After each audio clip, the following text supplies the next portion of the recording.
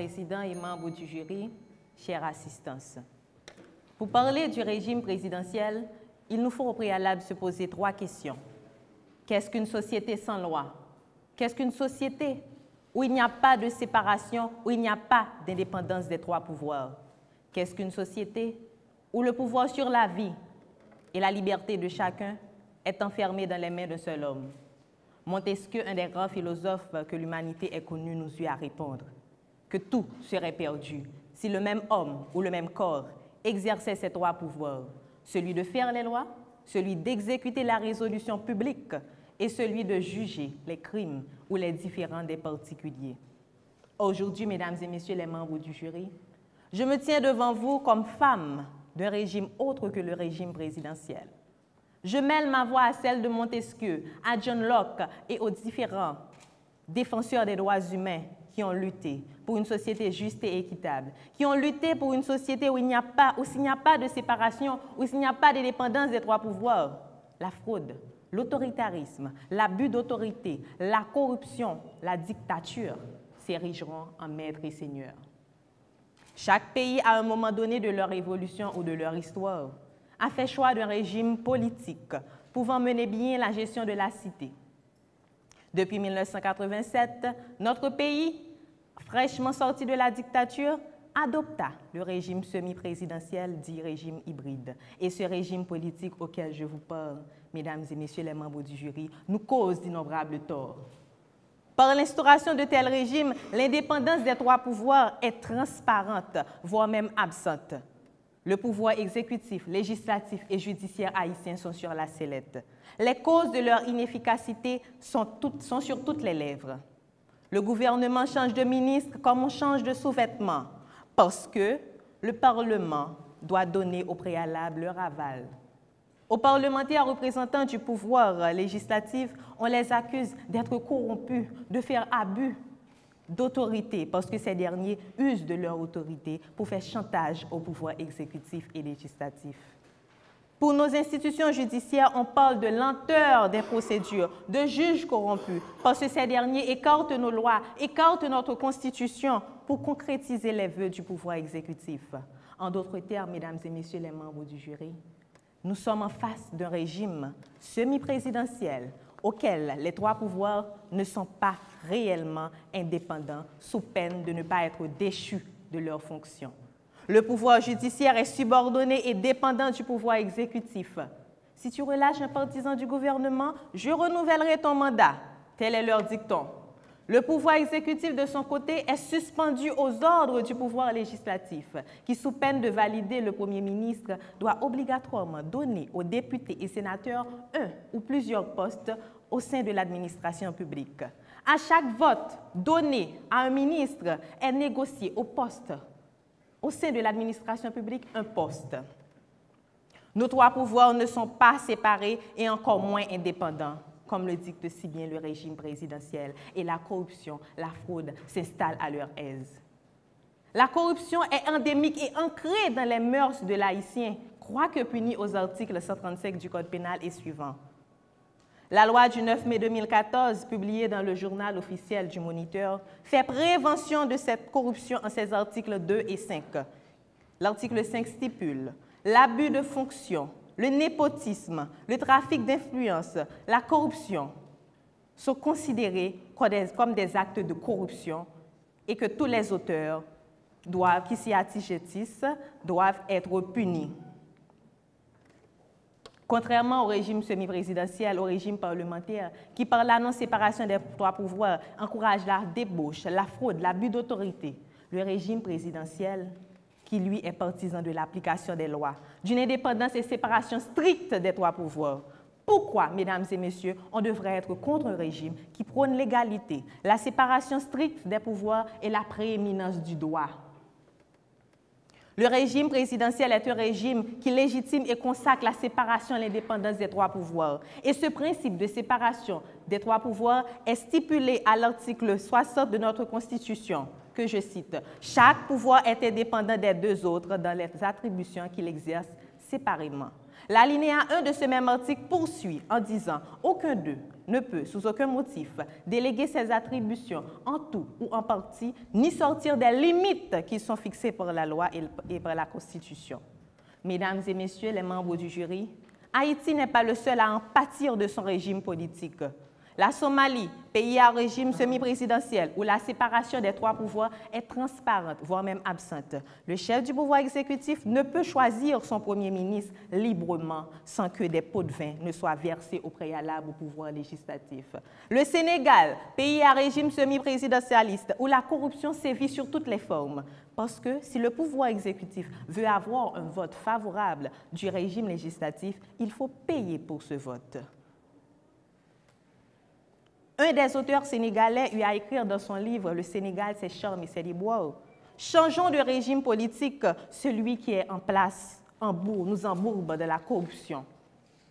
Mesdames et messieurs les membres du jury, il est moindre les pays à régime mixte, à régime parlementaire, à régime semi-présidentialiste qui ne pataugent pas de la corruption, l'abus d'autorité, le trafic d'influence.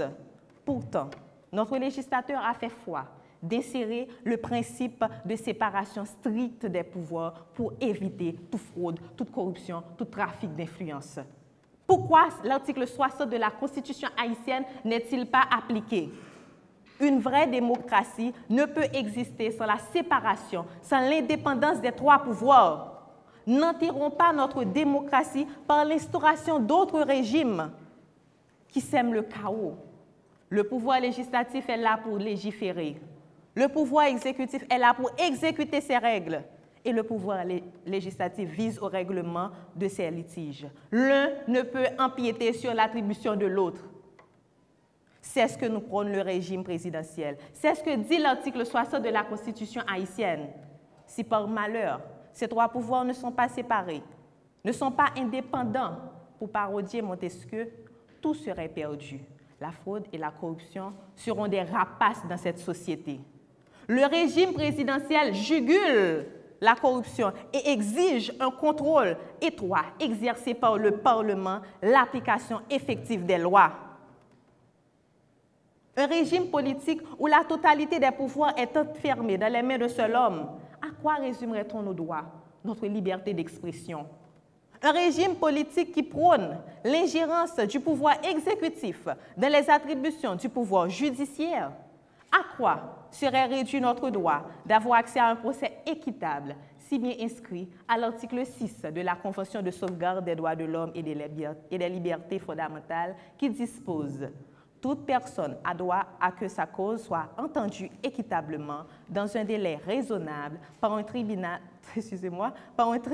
indépendant et impartial. » Honorable Président, Mesdames et Messieurs les membres du jury, au terme de cette joute, je rejoins la cause de ces hommes et des femmes, de Montesquieu et de tous défenseurs des droits humains qui ont lutté pour que le régime présidentiel soit la règle et non l'exception.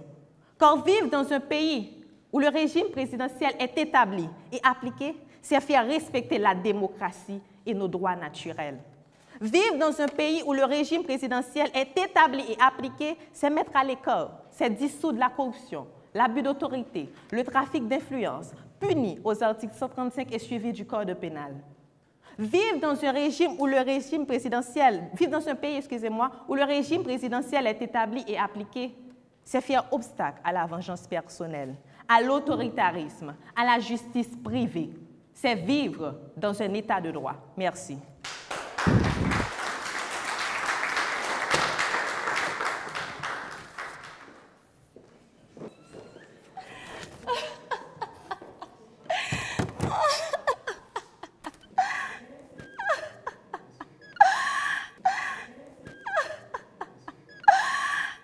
Haïti a besoin de régime présidentiel pour que nos hommes et femmes politiques puissent enfin devenir des personnes dignes, intègres et responsables. Nous avons besoin de régime présidentiel pour éradiquer les gangs, l'insécurité, la violation des droits humains. Nous avons besoin de régime présidentiel pour l'augmentation de la production nationale, pour la valorisation de la monnaie nationale et pour qu'enfin nous puissions avoir de l'électricité 24 heures sur 24. Avec le régime présidentiel, on va enfin solutionner tous les problèmes d'Haïti. Et si après avoir fini de changer le régime, la situation d'Haïti reste inchangée, il faut à nouveau changer le régime. Le changer encore et encore. Mais maintenant, c'est le régime présidentiel. Le régime adopté par les États-Unis d'Amérique. Un pays qui a fait la hiérarchisation, la catégorisation même de ses électeurs. Grands, petits. Avec le régime présidentiel, Haïti, elle aussi, va devenir l'une des plus grandes puissances économiques mondiales. Mais revenons enfin sur terre. Il est nécessaire que je précise pour vous des détails importants. Plusieurs pays comme Gambie, Mozambique, Libéria, Burundi, Soudan du Sud, République centrafricaine font partie des 10 pays les plus pauvres du monde, selon le classement 2019 du produit intérieur brut. Ils ont également un régime présidentiel. Dans cette même liste figurent Mozambique, Burundi. En plus d'être les pays les plus pauvres du monde, ils font partie des pays les plus corrompus du monde, selon Indice de perception de corruption, classement 2019. Et je le répète, ils ont également un régime présidentiel. Honorable président du jury, mesdames, messieurs les jurés, très chères compétitrices, mesdames, messieurs, certains de nos femmes et hommes politiques haïtiens, qui pour certains étaient députés, sénateurs, n'ont rien fait pendant leur mandat. Ils agitent le débat en Haïti pour un changement de régime. Ils optent pour un régime présidentiel, comme quoi le régime actuel est responsable de leur échec. Mais avec le régime présidentiel, ils vont devenir enfin les libérateurs, les sauveurs d'Haïti. Épargnez-nous de ces contes de fées. Mesdames, messieurs les membres du jury, je prends position contre le régime présidentiel en Haïti, car il est caractérisé par l'autoritarisme, la dualité des pouvoirs, de forte instabilité politique et de la légitimité supérieure du président par rapport aux autres pouvoirs. Dans un régime présidentiel, le président détient trop de pouvoir en regardant la constitution et la pratique des pays de l'Amérique latine, par exemple Chili, Argentine et aussi les États-Unis d'Amérique. Dans un régime présidentiel, le président peut nommer, révoquer les secrétaires et a autorité sur eux, ce qui rend le gouvernement inefficace et cause du rythme et pose problème pour le renouvellement des chefs et les membres. Mesdames, messieurs les membres du jury, dans un régime présidentiel, le président est à la fois le chef de l'État et le chef du gouvernement. Sa responsabilité ne peut être mise en cause par aucun pouvoir, par aucune assemblée. Mesdames, messieurs, il dirige comme il le veut, sans se soucier de respecter les droits des citoyens. Ce qui donne lieu à un président imprévisible, autoritaire, voire dictateur. Nous avons plusieurs exemples. Malgré que le 22e amendement de la Constitution américaine a clairement mentionné qu'un président n'a droit qu'à 2 mandats, cela n'a pas empêché que le président Franklin Delano Roosevelt a eu 4 mandats. Au Gambie, il y a un régime présidentiel. Le président Yahya Jammeh a passé 22 ans au pouvoir, de 1994 à 2015. Madame Mirland Maniga, professeure de droit constitutionnel, auteure de plusieurs ouvrages dans le domaine de l'administration publique, nous a mis sous nos gardes et elle a dit « Un régime présidentiel peut donner lieu en Haïti à un président autoritaire. » Et parlant de président autoritaire, vous voyez déjà l'ensemble de violations de droits qui sont au rendez-vous. Droit à la vie, droit à la sécurité, droit à la justice, droit à la liberté d'expression, droit à la liberté de réunion. Un ensemble de droits se trouvant dans la Déclaration universelle des droits de l'homme que le temps qui m'est imparti serait insuffisant pour les énumérer. Mesdames, messieurs les membres du jury, nous portons en nous les séquelles des régimes autoritaires en Haïti. Les persécutions politiques, la cruauté, la méchanceté, nos frères et sœurs exilés, décapités, assassinés, jetés sur des tas d'immondices, détention arbitraire, disparition forcée, torture. Nous en gardons le mémoire. Et nous ne voulons pas revivre ça. Le régime présidentiel a fait du président un homme fort. Haïti n'a pas besoin de ce régime, car dans toute l'histoire d'Haïti, nous avons trouvé chez nos représentants la velléité de prolonger leur mandat et de ne pas abandonner le pouvoir. À qui veut l'entendre? Aujourd'hui, Haïti n'a pas besoin d'hommes forts. Haïti a besoin des institutions fortes pour garantir les droits fondamentaux de chaque Haïtien. Le principe de la stricte séparation des pouvoirs dans un régime présidentiel ne va pas s'adapter à la réalité d'Haïti, car il donne lieu à des blocages en cas de désaccord entre le pouvoir législatif et exécutif, car ce régime donne très peu de marge de manœuvre pour la résolution des conflits, ce qui a été constaté dans différents pays de l'Amérique latine et en Afrique. Selon Jacques Lambert, un historien français, il a dit, et je cite, « L'expérience de la transposition du régime présidentiel hors des États-Unis n'est pas encourageante, car avec le régime présidentiel, l'Amérique latine demeure la terre par excellence de coups d'État, de blocage et de dictature. Alors, Haïti n'a aucune raison d'envisager un régime présidentiel. » La partie adverse vous a parlé d'équilibre entre les pouvoirs, de stricte séparation des pouvoirs, mais c'est faux. Il n'y a aucun équilibre dans le régime présidentiel. Écoutez-moi bien, dans un régime présidentiel, le président dispose de droit de veto, donc il a la prépondérance sur le pouvoir législatif. Le président peut voter la loi totalement ou encore peut le rejeter.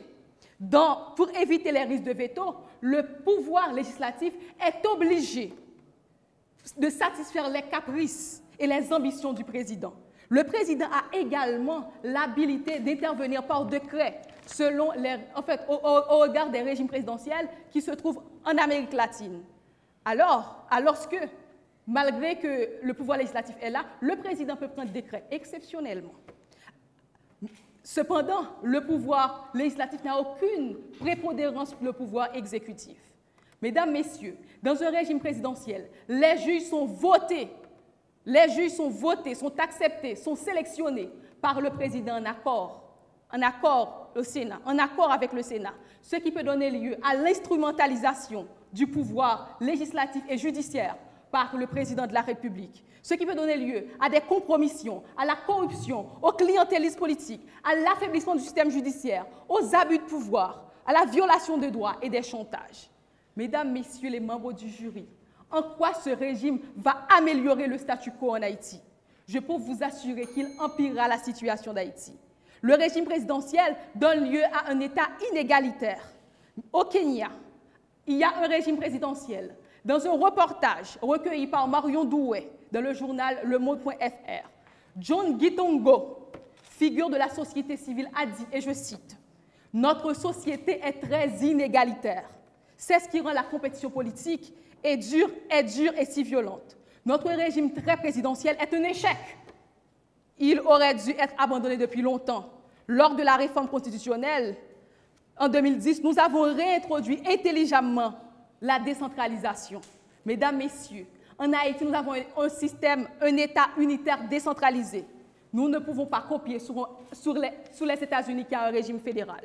Haïti a un régime semi-présidentiel, comme la Russie, Portugal, Islande, Roumanie. Ce sont des pays stables, développés, qui ont un système judiciaire fort. Les partisans du régime présidentiel se sont trompés de problème. Il n'y a aucun moyen que leur solution soit bonne. Je plaide contre le régime présidentiel en Haïti en faveur des institutions nationales fortes qui prendront en compte les besoins fondamentaux du peuple haïtien. Merci.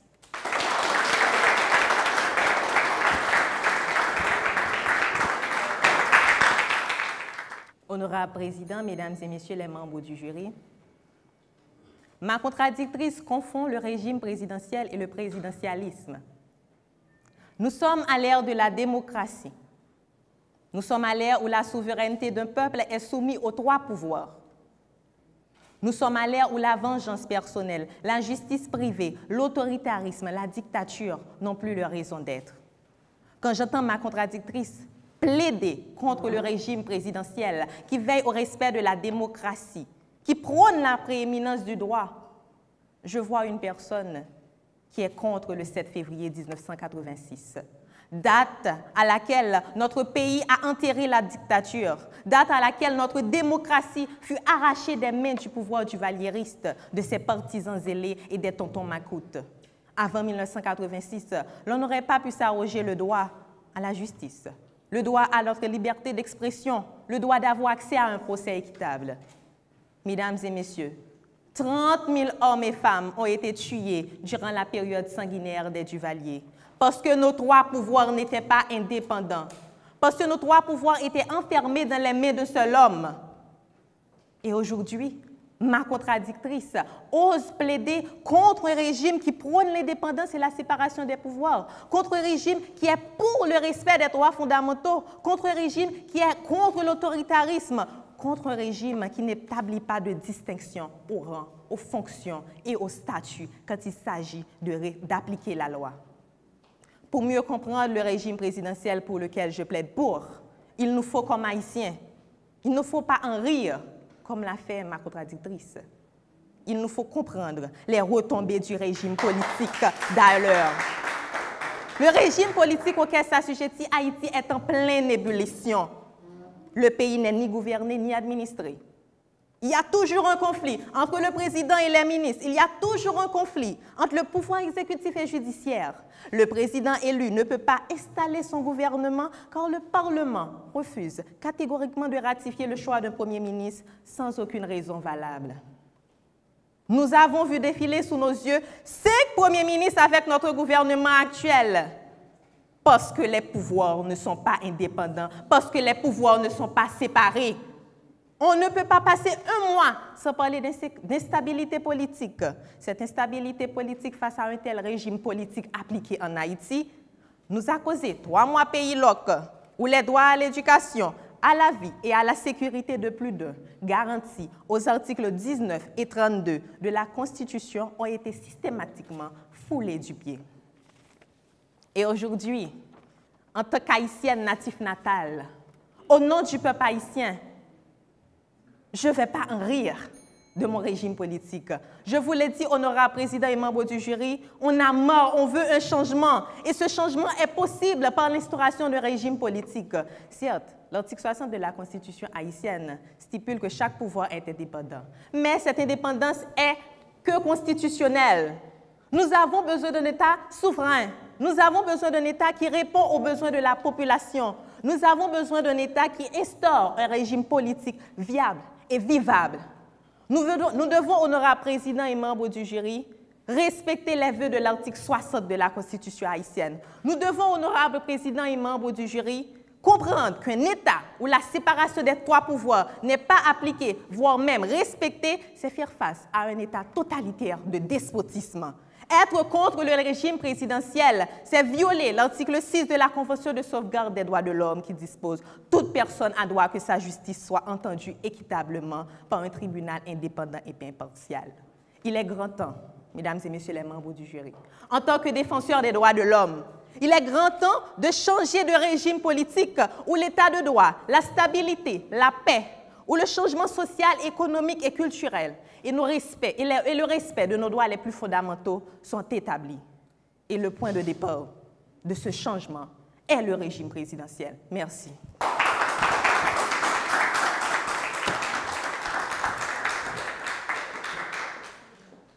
Mesdames, Messieurs les membres du jury, la partie adverse vous a présenté le régime présidentiel comme le régime miracle sur Haïti.